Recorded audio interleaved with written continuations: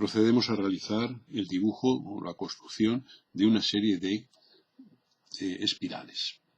Bien, la primera es aquella en la que conocemos un segmento de partida. Lo que vamos a hacer va a ser a este punto llamarle 1 y a este punto 2. Haremos centro en 1 y con abertura 1, 2 trazaríamos este arco, que sería el arco que lo vamos a llamar A1 y que va a llegar hasta aquí, hasta la prolongación. Este es el arco A1. Con centro en 2 y con abertura 2, 3, centro 2 y con abertura 2, 3, haremos otro arco, que es este, tangente al anterior, que vamos a llamarle A2. Como es el centro 2, este es el arco A2. ¿Hasta dónde llega ese arco? Hasta la prolongación esta.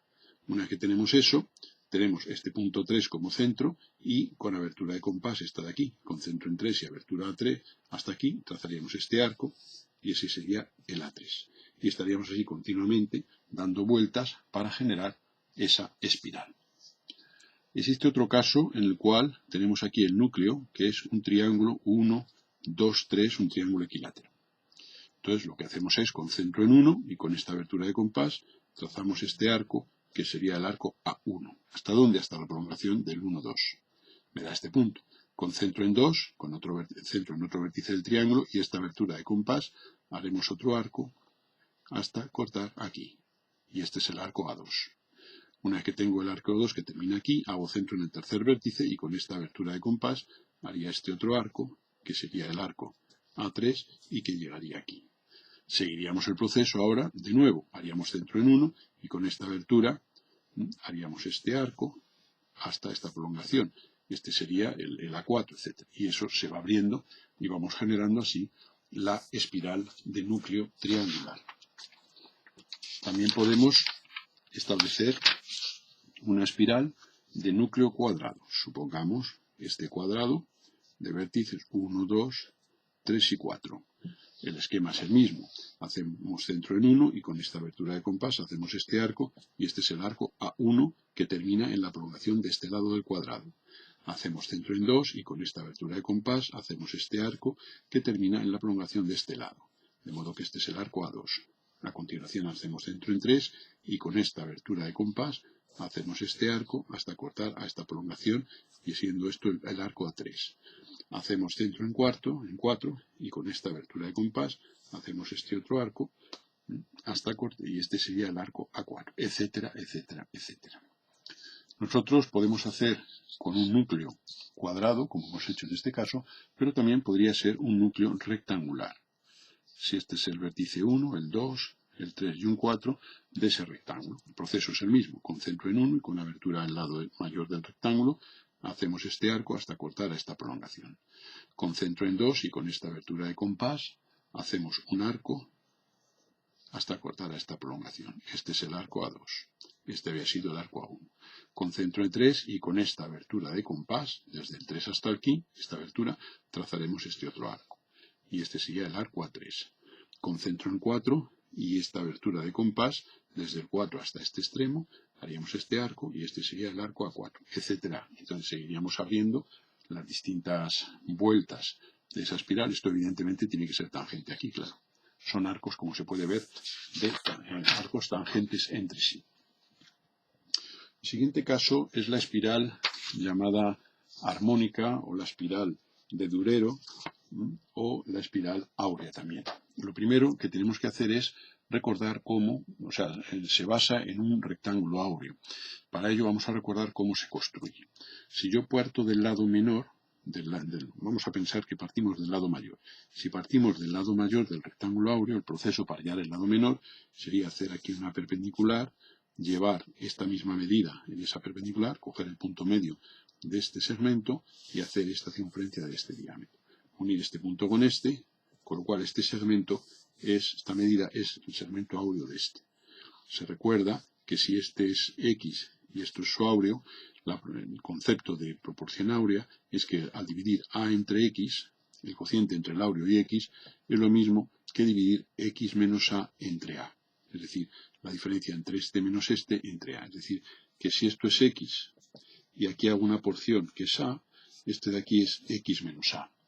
Y entonces se cumple que el cociente entre A y X adquiere el mismo valor entre X menos A y A, entre lo que queda de aquí y el áureo que había obtenido.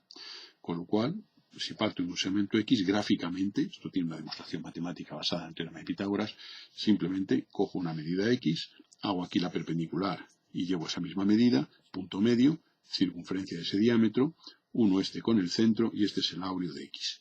Si yo en vez de partir del lado mayor del rectángulo X hubiera partido del áureo, ¿ya? Y quiero saber en el segmento del cual A es áureo, no hay más que hacer aquí una perpendicular, poner aquí la medida A, punto medio, circunferencia igual que antes, pero ahora, al unir este con el centro, el segmento X es este otro, es el total, este de aquí sería X. Bien, pues dicho eso, nosotros podemos construir pues, cualquier rectángulo áureo.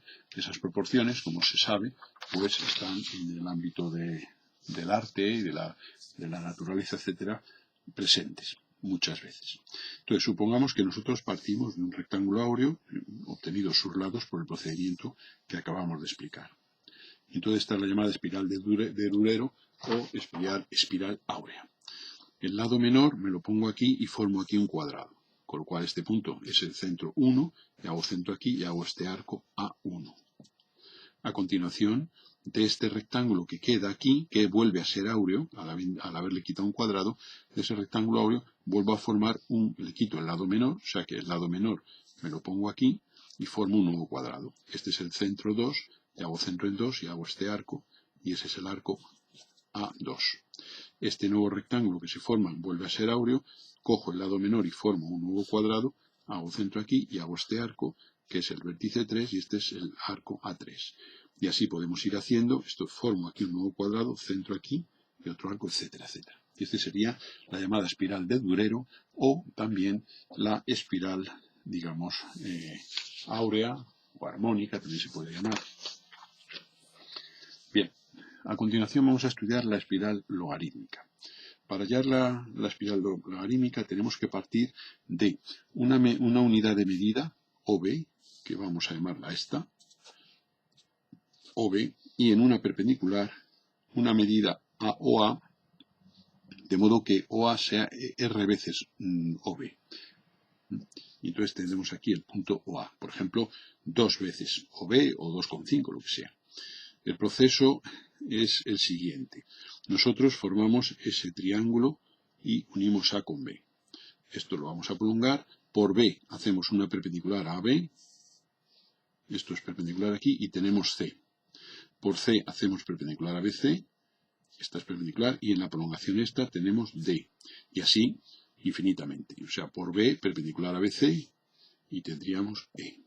Esta espiral logarítmica estaría formada por arcos trazados a mano que pasan por los puntos A, B, C, D, E, etc. Nosotros esos arcos también los podemos, con cierta aproximación, obtener mediante un trazado de arcos de circunferencia.